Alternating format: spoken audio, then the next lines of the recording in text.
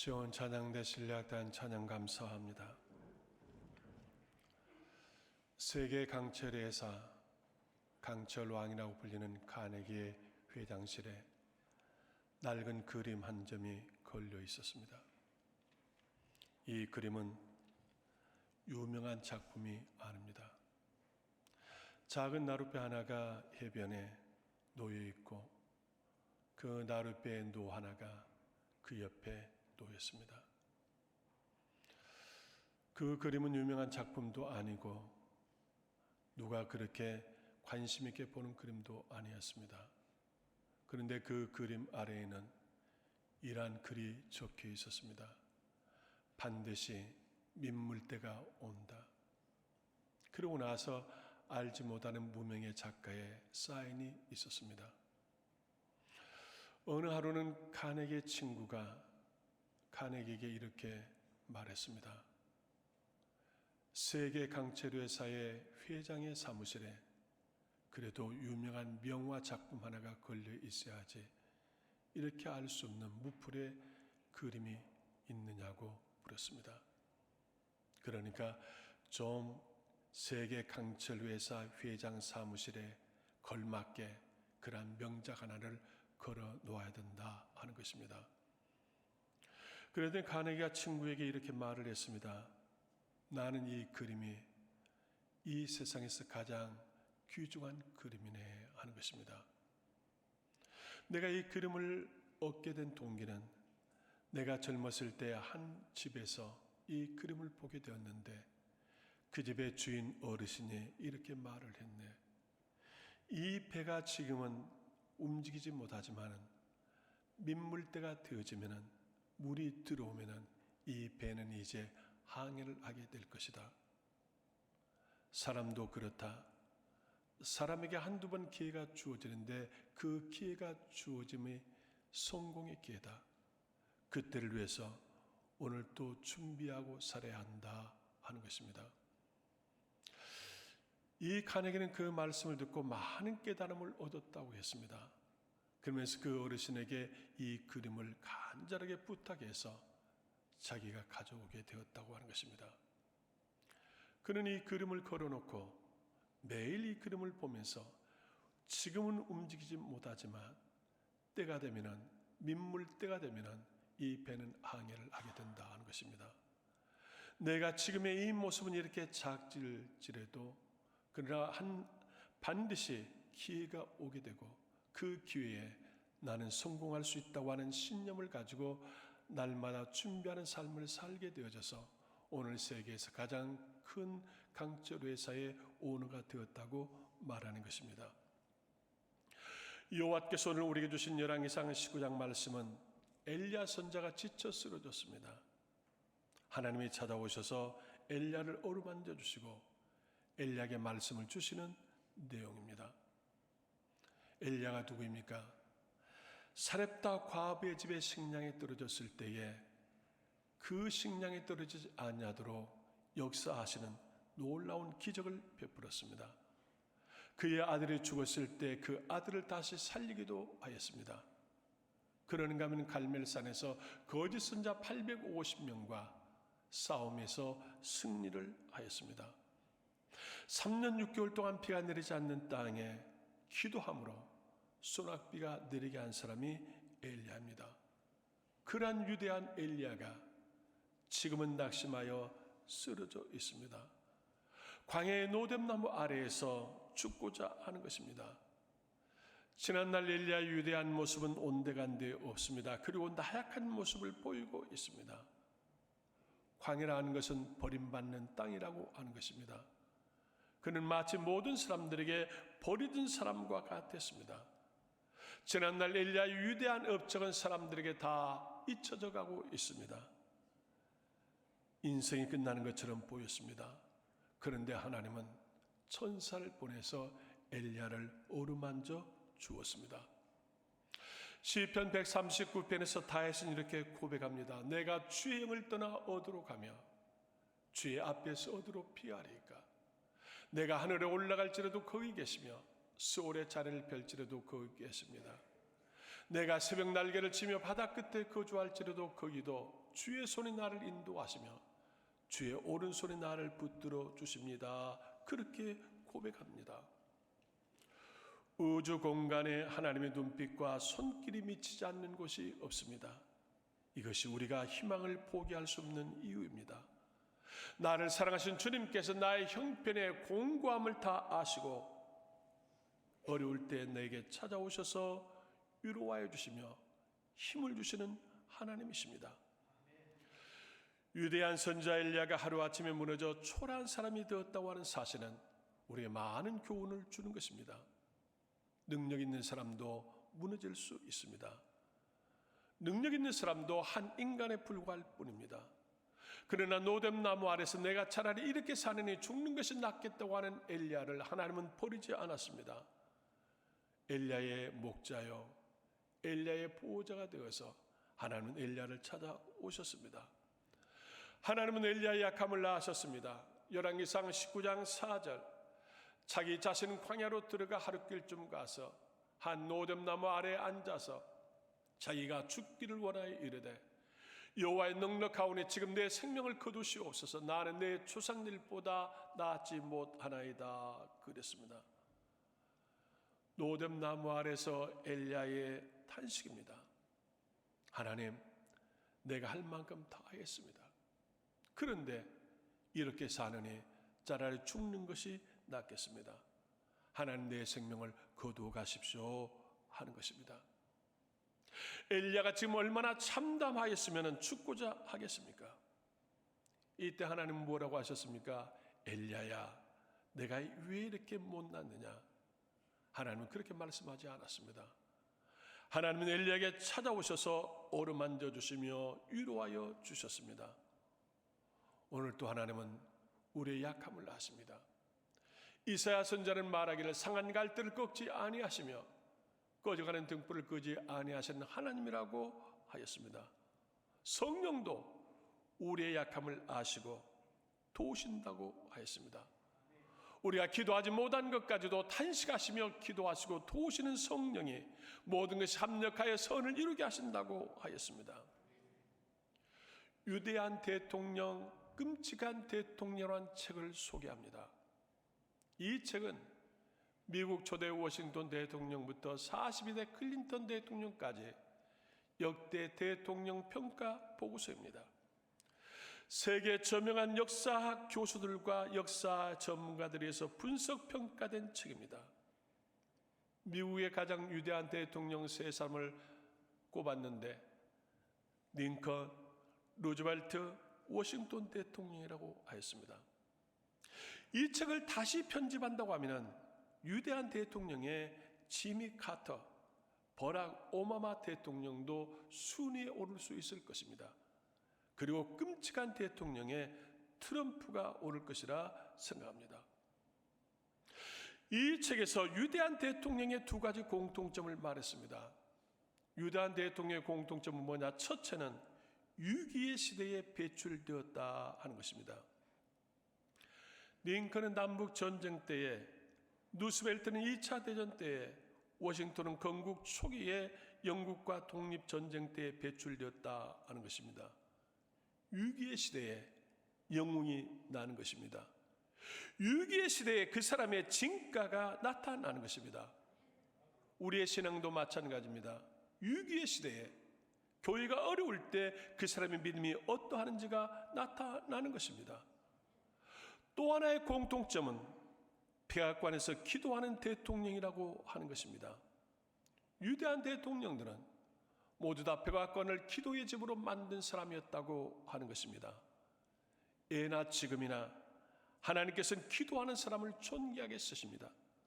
특별히 위기의 때에 기도하는 사람들을 들어서 하나님은 일하십니다. 오늘 교회도 그렇습니다.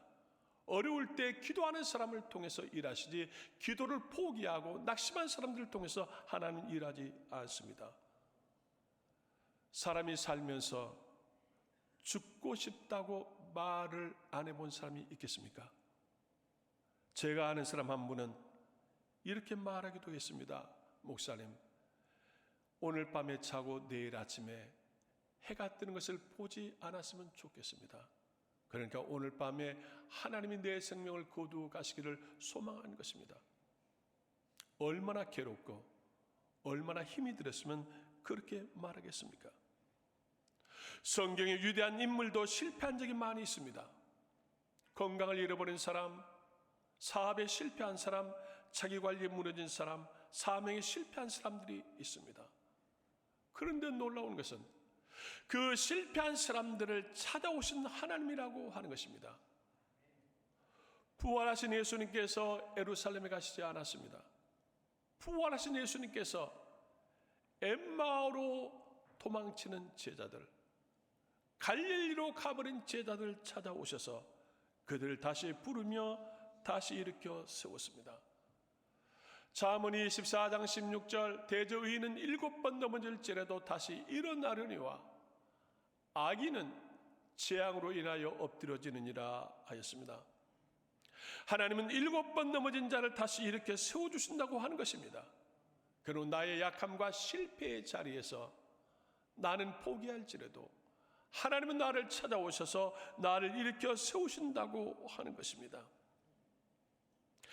엘리야의 약함을 아시는 하나님께서 엘리야를 회복시켜 주었습니다. 열왕기상 19장 5절 노뎀나무 아래에 누워 자더니 천사가 그를 어루만지며 그에게 이르되 일어나서 먹으라 하는지라. 본즉 머리맡에 숯불에 구운 떡과 한 병물이 있더라. 이에 먹고 마시고 다시 누웠더니 그랬습니다. 엘리야가 갈멜산에서 바알 선절과 대결을 하였습니다. 사력을 다해서 기도했습니다. 먹지도 못하고 쉬지도 못했습니다. 그런데 이세벨의 협박에 그의 마음이 무너져 버렸습니다. 하나님은 엘리야에게 내가 잘못했다고 책망하지 않았습니다. 내가 기도하지 못했다고 말하지 않았습니다. 하나님은 그 엘리야를 충분하게 차게 하시고 그리고 충분하게 물과 양식을 주셔서 다시 일으켜 세워줬습니다. 엘리야에게 잘 먹고 잘 자고 잘 놀아라고 한 것입니다. 여러분, 우리도 잘 먹고 잘 자고 잘 놀아야 합니다. 잘 먹는다고 하는 것은 무엇입니까?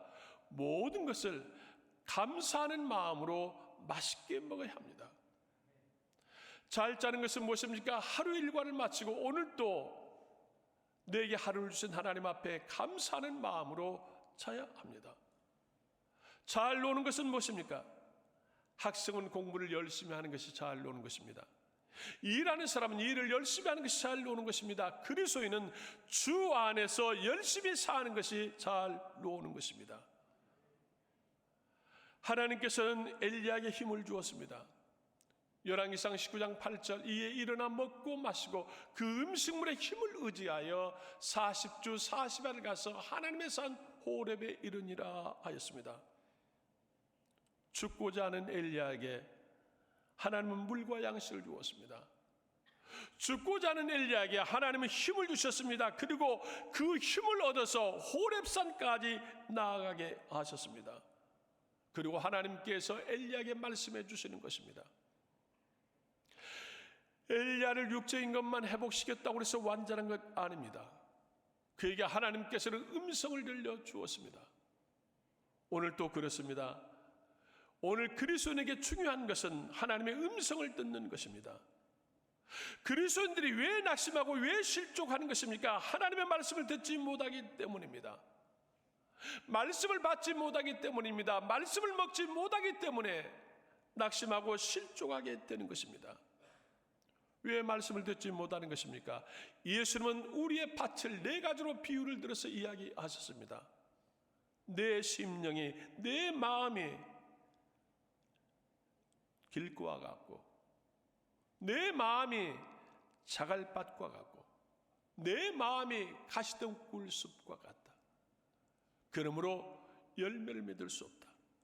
내 마음이 옥토의 마음 같아야 거기에 뿌려진 씨앗이 30배, 60배, 100배에 결실할 수 있다고 그렇게 말씀하셨습니다. 그러면서 하나님은 말씀하는 겁니다. 너희가 듣지 못한 귀에 할례를 행하고 받지 못한 너희 마음에 가죽을 베어라. 오늘 우리는 하나님의 말씀을 듣지 못하는 귀에 할례를 행하고 하나님의 말씀을 먹지 못하고 받지 못하는 우리의 가슴에 가죽을 베어서 할례를 행하고 말씀을 붙잡고 말씀을 가지고 기도해야 합니다. 거기에 하나님의 기적이 있습니다. 세계적인 베스트셀러의 책이 치킨숲이 있습니다. 이 치킨숲은 전 세계 많은 그리스도인들에게 감동과 도전을 준 책입니다. 미국 카운슬러 잭 캔필드 등이 100여 편 실화를 엮은 책입니다. 역경을 딛고 일어선 사람들, 생활의 작은 감동들, 유명한 사람들의 인생 철학의 우화 등으로 상처 입은 사람들, 낙심한 사람들을 치유하는 치유서 책입니다. 이 책에 나온 간증 하나를 소개합니다. 미국의 고든과 신디 부부가 있습니다. 그에게 딸 하나 있는데 아주 귀여운 타냐라고 하는 딸입니다. 그런데 이 타냐 유치원생이 어머니가 부엌에서 음식을 준비하는데 오븐 위에 물을 끓고 있는데 그 그릇을 잘못 건드려서 100도가 끓는 물이 얼굴로 쏟아져 버렸습니다. 여러분 한번 상상해 보십시오. 오븐 위에서 펄펄 끓는 물이 지금 얼굴에 쏟아졌습니다. 이 아이는 긴급하게 병원으로 호송되어졌고 중화상 수술을 10시간 넘게 하는 것입니다. 고든과 신디 두 부부는 그 수술 밖에서 무릎을 꿇고 기도하는 것입니다. 그에게 들려오는 소식, 생명은 건졌으나 얼굴의 중화상의 흉터는 어찌할 수가 없습니다 하는 것입니다. 딸 하나 있는 유치원 아이가 중화상을 입었습니다. 10시간 넘게 수술을 했습니다. 생명은 건졌지만 얼굴의 흉터는, 얼굴은 완전히 망가졌다고 하는 그 소식에 그 부모의 마음이 어떠하겠습니까? 그들은 수술 밖에서 무릎을 꿇고 울부짖습니다. 예수님, 타냐를 살려주십시오. 타냐의 얼굴을 수술해 주십시오. 예수님이 직접 해 주십시오. 그러다가 지쳐 쓰러졌습니다. 그런데 누군가 어깨를 만져서 고개를 들고 보니 자기가 출석하는 목사님의 소식을 듣고 병원에 달려왔습니다. 목사님은 두 부의 손을 잡고 기도해 주었습니다. 그리고 위로해 주었습니다. 그리고 그들에게 말하기를 하나님께서 치료하실 것입니다. 예수님이 치료하실 것입니다. 이 말씀 붙잡고 기도하십시오. 기도합시다. 그렇게 하고 목사님은 돌아갔습니다. 수술 마친 타냐는 이제 수술실에서 중환자실로 옮겨졌고 하루가 지난 그 다음 날 병실로 옮겨졌습니다. 이 부부가 이틀 만에 딸을 보게 됩니다. 그런데 깜짝 놀랐습니다. 딸은 잠이 들었는데 얼굴과 온몸에 화상 흉터 하나가 없는 것입니다. 집도 않은 의사와 간호사들도 세상에 어떻게 이런 일이 있을 수 있느냐고, 어떻게 밤새 이 얼굴 머리 전체를 수술했는데 이 흉터가 다 어디로 간 것이냐고. 의사와 간호사도 자기 평생 처음 보는 기적이라고 그렇게 말하는 것입니다. 이 두 부부는 교회로 달려가서 하나님께 감사를 드리고 목사님께 감사 인사를 하는 것입니다. 그러면서 목사님, 제게 와서 기도해 주실 때 두 분이 같이 오셨는데 그 두 분은 또 누구였습니까? 알려주십시오. 제가 감사 인사를 드리겠습니다. 그러더니 목사님 하신 말씀, 아닙니다. 차를 운전하는 집사님 한 분과 나와 둘이 갔습니다. 아닙니다, 목사님. 다른 한 분이 또 계셨습니다. 여보, 맞죠? 그러니까 그 남편도 확인을 해줬습니다. 목사님과 두 분이, 세 분이 같이 오셨습니다. 이때 목사님이 그들에게 말하기를, 그렇습니까? 나는 나와 운전하는 집사와 둘이 갔는데 한 분이 더 계셨다고 하니까 그분은 예수님이 보낸 천사인 것 같았습니다 하는 것입니다. 치킨숲에 나와 있는 책 내용 그대로입니다. 오늘 우리가 말씀을 붙잡고 기도하면은 어떤 약함에서나, 어떤 고난에서나, 어떤 환난 가운데서도 하나님께서 우리에게 기적을 베푸신다고 하는 사실입니다. 그래서 예수님은 너의 허물을 위하여 내가 채찍에 맞음으로 너희가 나음을 입었다고 그렇게 말씀하십니다. 노뎀나무 아래서 죽고자 하는 엘리야를 어루만져 주신 하나님, 그에게 물과 양식을 주셔서 호렙까지 나아가게 하신 하나님, 그에게 말씀과 계명을 주시고 다시 사명을 주시는 겁니다. 열왕기상 19장 16절, 너는 또 님시 아들 에후에게 기름을 부어 이스라엘의 왕이 되게 하고 또 아벨 몰라 사바스 아들 엘리사에게 기름을 부어 너를 대신하여 선지자가 되게 하라 하였습니다. 영육이 회복되었다 해도 내가 살아야 할 가치를 알지 못한다고 하면 사람은 존재 의미가 없습니다. 사람은 할 일이 있어야 하고 우리에게 주어진 사명은 우리의 생존 에너지입니다. 이를 아시게 하나님께서 엘리야를 회복시키는 걸로 끝나지 아니하고 엘리야에게 다시 사명을 주는 겁니다. 아람 왕 하사엘을 세우라, 북이스라엘의 왕 에후를 세우라, 너희의 후계자 엘리사를 세워서 일하게 하라. 하나님의 그 말씀을 듣고 엘리야는 다시 일어나서 하나님의 일꾼들을 세웁니다. 일꾼들을 세우고 나니 하나님께서 우상 숭배하지 않는 7,000명을 남겨두었던 것을 이때 다시 이들을 돕게 해서 하나님이 일을 하게 했다고 하는 것입니다. 우리는 노뎀나무 사건에서 한 가지 의문도 있습니다. 하나님이 그렇게 사랑했던 엘리야를, 하나님이 지난날 그렇게 위대하게 사용했던 엘리야를 지금은 왜 이렇게 낙심하고 무너지게 하였는가 하는 것입니다.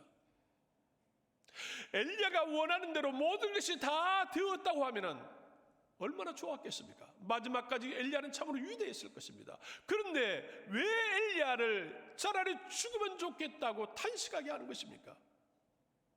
하나님은 엘리야를 교만과 자만심에서 건지고자 하는 것입니다. 갈멜산의 승리도 엘리야에게 주었지만 노뎀나무 아래서 고통과 괴로움도 하나님이 엘리야에게 주신 것입니다. 그러면서 엘리야를 더욱 겸손하게 하나님에 의지하도록 만들어 준 것입니다. 오늘 우리가 일하는 것도 중요하지만 더 중요한 건 사람을 세우는 일입니다. 불신의 가족과 이웃을 전도해서 구원하는 일입니다. 낙심하며 실족하고 시험된 자들을 다시 세우는 일입니다. 이 일은 아무나 할 수 있는 것이 아닙니다. 하나님 마음을 아는 사람들, 하나님의 마음을 만져드리는 사람들, 영혼의 가치가 얼마나 귀한 것인지, 사람의 가치가 얼마나 귀한 것인지를 알 수 있는 사람들이 할 수 있는 일입니다. 그래서 엘리야에게 그 괴로움과 고통을 주어서 다시 남은 사람들을 통해서 하나님의 일을 하게 한 것입니다. 예루살렘 교회에 굽으로 찔신 요셉이 있습니다. 그 요셉을 사도들이 바나바라 불렀습니다. 그 요셉은 시험 들고 넘어진 성도들을 위로하며 권면을 잘 했습니다. 바로 세웠습니다. 그랬더니 사도들이 그 요셉을 가리켜서 너는 바나바라, 너는 위로자다, 너는 권위자다, 너는 존귀한 사람이라고 말하는 것입니다. 오늘 또 하나님께서 쓰시고자 하는 사람이 누구입니까? 일을 잘하는 사람이 아닙니다. 바나바와 같은 사람, 바나바와 같은 사람을 하나님이 쓰고자 하는 것입니다. 예수를 알지 못하는 자들이 예수의 복음을 전하고 낙심하고 시험 들지 않는 위로하고 싸매어서 일으켜 세울 수 있는 사람, 이게 바로 바나바입니다. 이런 사람이 필요한 것입니다. 불평이 습관화가 된 사람이 있었습니다. 버스 종점에서 버스를 탔습니다. 그런데 버스가 출발할 것 같이 부릉부릉하고 엔진 소리만 키우던데 5분이 지나고 10분이 지나도 출발을 하지 않습니다. 자꾸 시계를 봤던 이 사람이 화가 났습니다. 그래서 기사에게 이렇게 말하는 것입니다. 어이 기사 양반, 이 똥차 언제 출발할? 기사가 뭐라 했겠습니까? 기사가 아이고 선생님 5분 후에 출발합니다. 1시에 출발합니다. 그렇게 말하지 않았습니다. 이 기사는 말, 똥들이 차야 똥차 갑니다. 자기가 탄 차를 똥차라고 하니까 거기에 타 있는 사람들은 똥들입니다. 짐차는 짐을 실은 차가 짐차입니다. 사람을 실은 차는 버스입니다. 자기 스스로가 자기가 똥이 되고 만 것입니다. 나의 말은 나의 마음과 인격의 표현이며 모양입니다. 우리는 예수를 알지 못하는 사람에게 예수를 전해야 되고, 시험 들고 낙심한 자들을 싸매어주고 위로하고 세워줘야 합니다. 이것이 오늘 우리가 해야 할 사명입니다.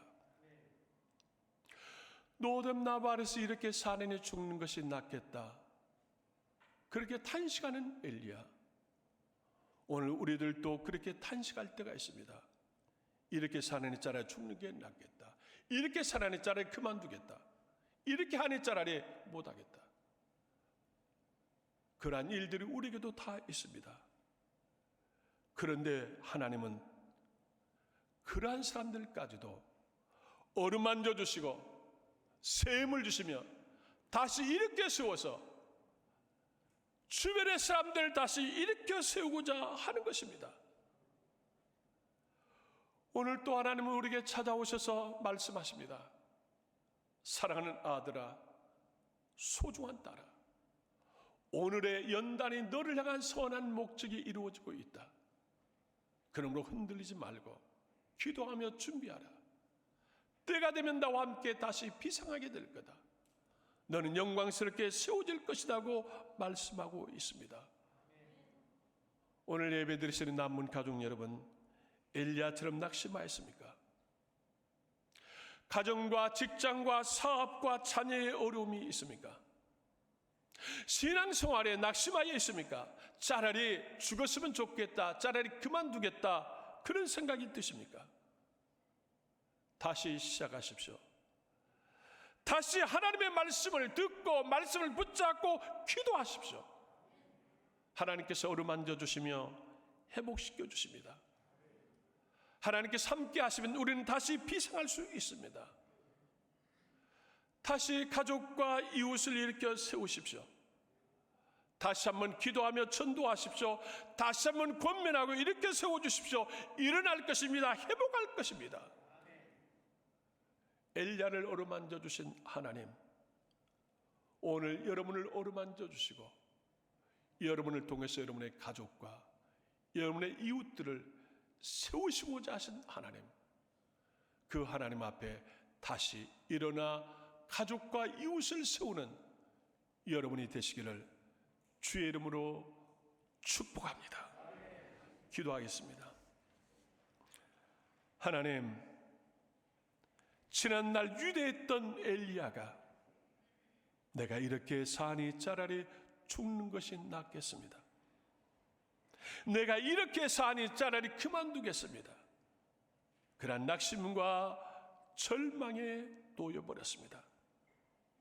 그러나 하나님은 엘리야를 사랑하셔서 엘리야를 찾아와 어루만져 주시고 물과 양식과 힘을 주시며 다시 일으켜 세워서 사명을 감당하게 하셨습니다. 하나님, 오늘 저희를 다시 일으켜 세워주시고 다시 사명을 감당할 수 있도록 복을 주시기를 원합니다. 우리의 가족을 구원하게 하시며 우리의 이웃을 세우게 하셔서 우리가 가족을 구원하고 이웃을 세우는 하나님의 종들이 되게 하여 주옵소서.